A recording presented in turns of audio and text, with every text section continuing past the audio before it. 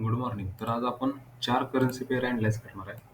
जे की आपण समजून घेणार की त्यात काय मूव्हमेंट येऊ शकते आणि आपलं जे एक्झिक्युशन आहे, त्यातलं कुठलं एक्झिक्युशन त्यात परफेक्ट होऊ शकते. जर आपण जी-बी-पी-एडी पासून सुरुवात करूया. जी-बी-पी-एडी जर बघायला गेलो, तर मार्केट डाउन साइडला म्हणजे लोवरला बनवत खाली होते. पण ह्या लो नंतर लो न बनवता हाय बनवलाय. पण हा हाय ब्रेक केला नाही. त्याच्यामुळं एक हायर हाय स्ट्रक्चर पण क्रिएट झालेला नाही. हा हाय बनवलाय. त्यानंतर हा हाय बनवलाय आणि मार्केटला ईएमएचा सपोर्ट आहे. आणि मार्केटनं ह्या अनवॉन्टेड पासूनच रिजेक्शन घेते. आता ही आपण अनवॉन्टेड कॅन्डलच का म्हणतो? तर बघा, मार्केटनं ह्या पॉईंटपाशी म्हणजे मार्केट इथे येऊन 1 महिना 6 महिने थांबलं आणि त्याच्यानंतर पण मार्केट 6 महिने इथंच थांबले. ह्या पॉइंटमध्ये असं काय आहे, की जी मार्केटला थांबवून ठेवते? म्हणजे असा काय सपोर्ट आहे, जो की मार्केटला थांबवून ठेवते आणि त्याच्यानंतर बघा,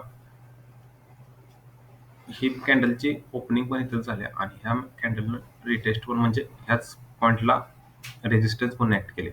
त्याच्यानंतर जर बघितलं आपण, तर इथं रेझिस्टन्स, रेझिस्टन्स, रेझिस्टन्स नंतर रेझिस्टन्स म्हणजे ह्या पॉइंटचा ब्रेकआउट झालेला नाही.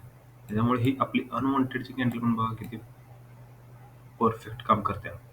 आता आपण 3 मंथमध्ये जर बघायला गेलो, तर 3 मंथमध्ये मार्केट एक हायर हाय स्ट्रक्चर फॉर्म करते आणि higher high with fib retracement ही स्ट्रॅटर्जी इथं वर्केबल झाली. इथं 0.5 पासून त्यानं तेवढं टार्गेट दिलेलं आहे. ईएमए पण खालून आहे. ईएमएचा रोल खूप महत्त्वाचा आहे. ईएमए जर आपण लक्षात नाही घेतला तर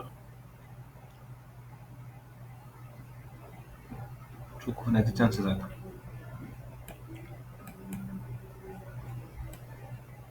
इथून एक असा स्लोप एक येऊ शकतोय. त्याचा ब्रेकआउट झालेला दिसतोय.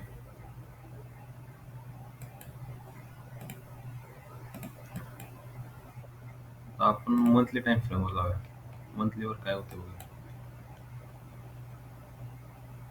मंथलीवर पुन्हा एकदा आपली इथंच अनवॉन्टेड कॅन्डल आहे, जी की रेझिस्टन्स रिॲक्ट करते. खालून ईएमए जो की सपोर्ट ॲक्ट करतोय.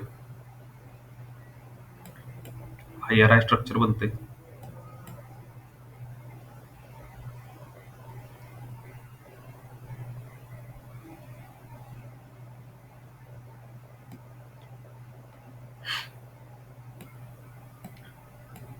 इथं जर आपण बघितलं, तर मार्केट इथून वर गेलं आणि बायिंगचं म्हणजे प्रेशर कमी किती आलं, म्हणजे थोडंसं कमी आलं. परत सेलर पण इथून कमी झालं रेझिस्टन्सपासून.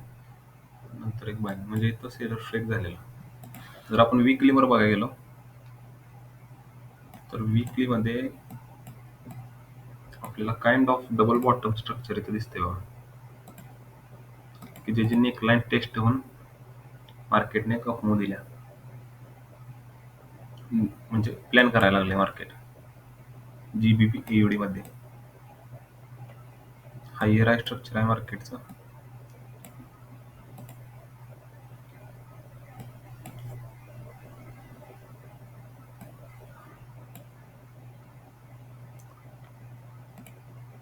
या अनवॉन्टेडला मार्केटनं चांगले रिॲक्शन केले. त्यामुळे ह्याला पण आपण विसरू शकत नाही.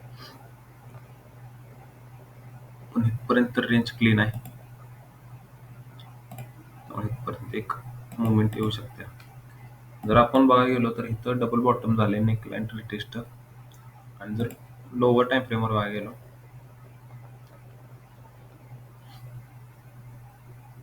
तर वीकलीवर ईएमए पण टेस्ट केला आहे ना.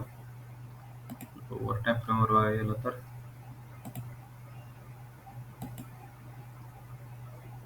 हा एक मेजर रेजिस्टन्स आहे, जो की आता मार्केट फेस करत आहे. 4 आवरमध्ये जर बघितलं आपण, तर एक्झॅक्टली हाच रेजिस्टन्स आहे, जो की फेस करते. खालनं डबल बॉटम बनवून मार्केट वर निघाले. तर फिब रिट्रेसमेंट जर लावली आपण, तर अजून आलेलं नाही. येईल फिबला, पण हा जोपर्यंत हाय ब्रेक होत नाही तोपर्यंत अपसाईड प्लॅन करू शकत नाही. अपसाईडमध्ये दोन टार्गेट राहते. पहिलं म्हणजे हे राहील आणि दुसरं म्हणजे हे राहील. इथपर्यंत आपण प्लॅन करू शकतोय. तर GBP USDचं असं आपलं स्ट्रक्चर आहे. नेक्स्ट पेअर बघूया. AUD USD. तर आपण 6 मंथमध्ये बघितलं.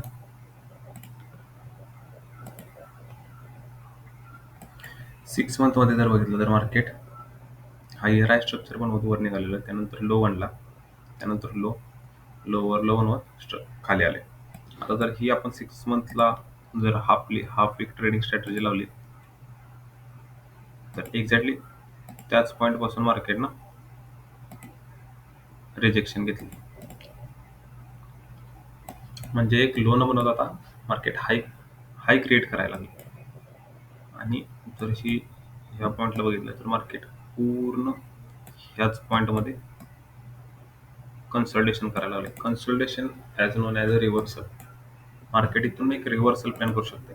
जर 3 मंथमध्ये बघितलं तर सेम कन्सल्टेशन असं होऊ शकते.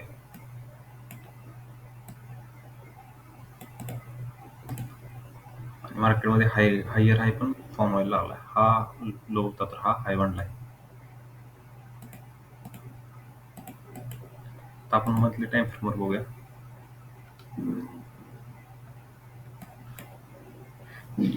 कन्सल्टेशनला आपण कसा ट्रेड प्लॅन करू शकतोय.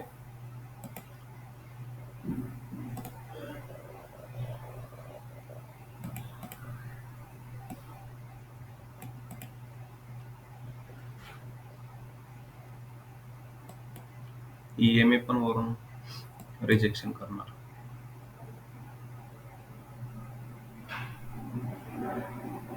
कन्सल्टेशनला पहिलं टार्गेट हे राहील, जे की सपोर्ट एरिया होता, तो आता रेजिस्टन्स म्हणून ऍक्ट करेल.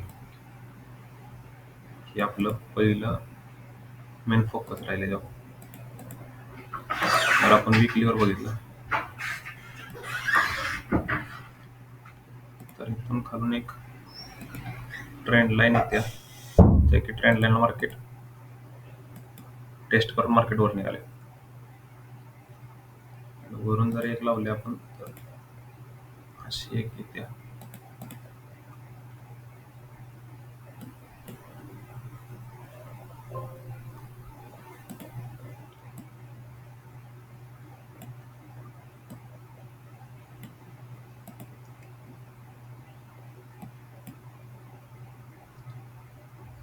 ह्याच्यात स्ट्रक्चर तर काय असं खास नाही.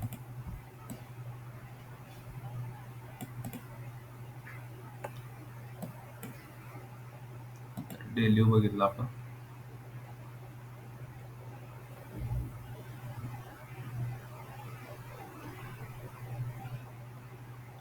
इथून एक सेलचं प्लॅनिंग करू शकतो. इथं रेजिस्टन्स आहे, तो वर जाऊन थोडंसं स्पाइक अप देऊन नंतर कॅन्डल क्लोज झाली खाली की इथून एक आपण प्लॅनिंग करू शकतो इथपर्यंत, जे की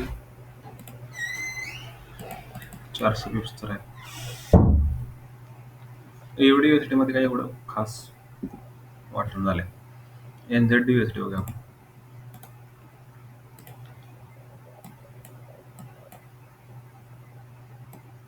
NZD USD बघितलं तर मार्केटमध्ये हा लो होता, त्यानंतर हा हाय बनलाय.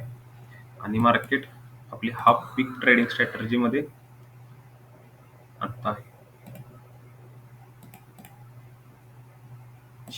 पॉईंट पासून.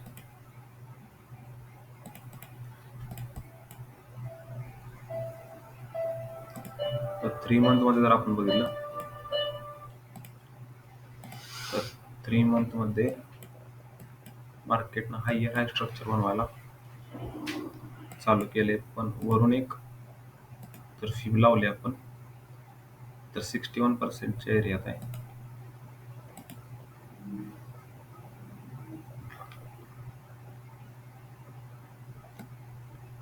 स्ट्रक्चर बेरिश आहे, पण हे बघा, ह्या सपोर्ट पासून मार्केटने लिक्विडिटी ग्रॅब करून आणि इतनी बेरिश होती तो ब्रेक करत येते. ही कॉन्सेप्ट आपण इथं प्लॅन करू शकतो. जर इथनं प्लॅनिंग केलं तर 61% पासूनच वर निघाले, म्हणजे इथे एक आपण बाय साइड प्लॅन करू शकतो. जर मंथली मध्ये बघायला गेलो तर ईएमएचा फक्त रेजिस्टन्स, ईएमए रेजिस्टन्स म्हणून ऍक्ट करते. मार्केटने ह्या पॉईंटची लिक्विडिटी घेतल्या,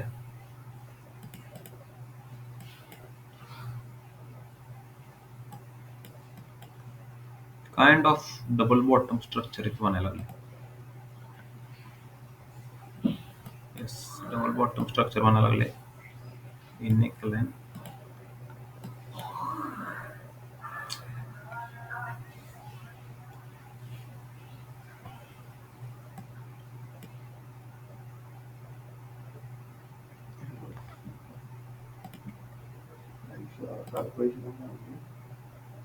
जास्तीत जास्त ही फर्स्ट टार्गेट राहील मार्केटला, सेकंड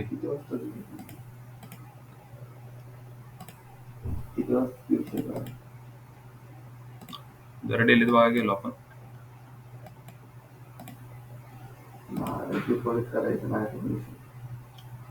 तर higher high with fib retracement खरंच मार्केटवर निघाले.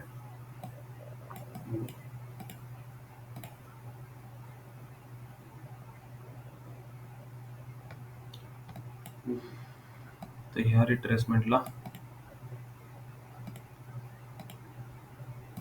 एक बाय प्लॅन करू शकते.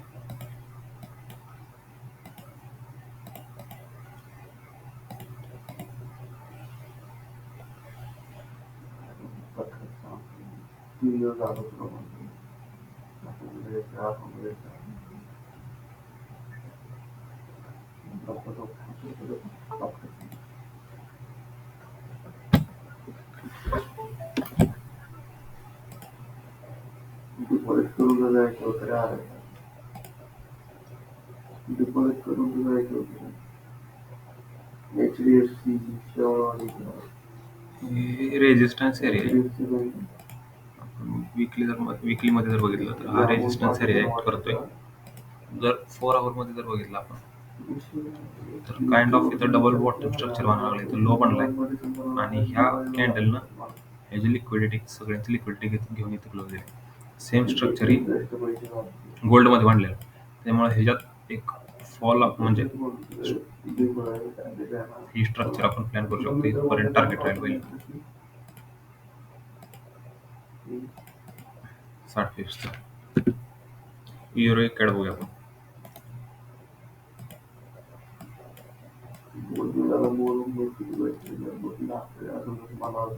जर युरो कॅड बघितलं तर युरो कॅड एकाच रेंजमध्ये खेळते.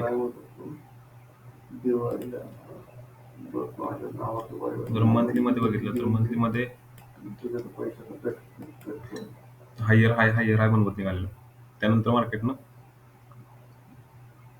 एक लोवर लो बनवायला लागलं आणि या पॉईंटपासून मार्केटने बाईंग मुवमेंट दिल्या.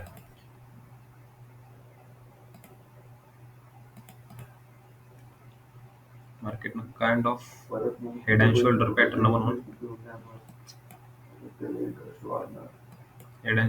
मार्केटने ब्रेकआउट दिलाय. जर ही यो पॉईंट बघितला तर मार्केटला एक सपोर्ट होता, नंतर रेजिस्टन्स ऍक्ट करायला लागला, त्यात आता मार्केट ब्रेकआउट द्यायला लागले. जर वीकली टाइम फ्रेमवर बघितलं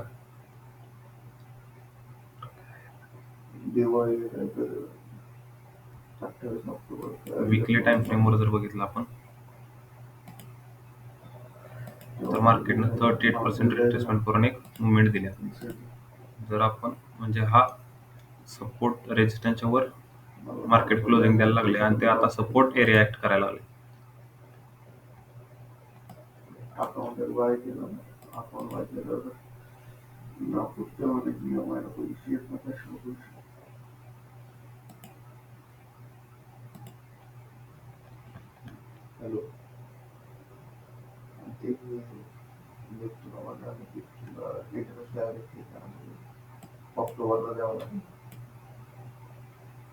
मला वाटत नाही तुझ्या इंटरेस्ट मला ऑगस्ट महिन्यात भरता येईल म्हणून सप्टेंबर मध्ये.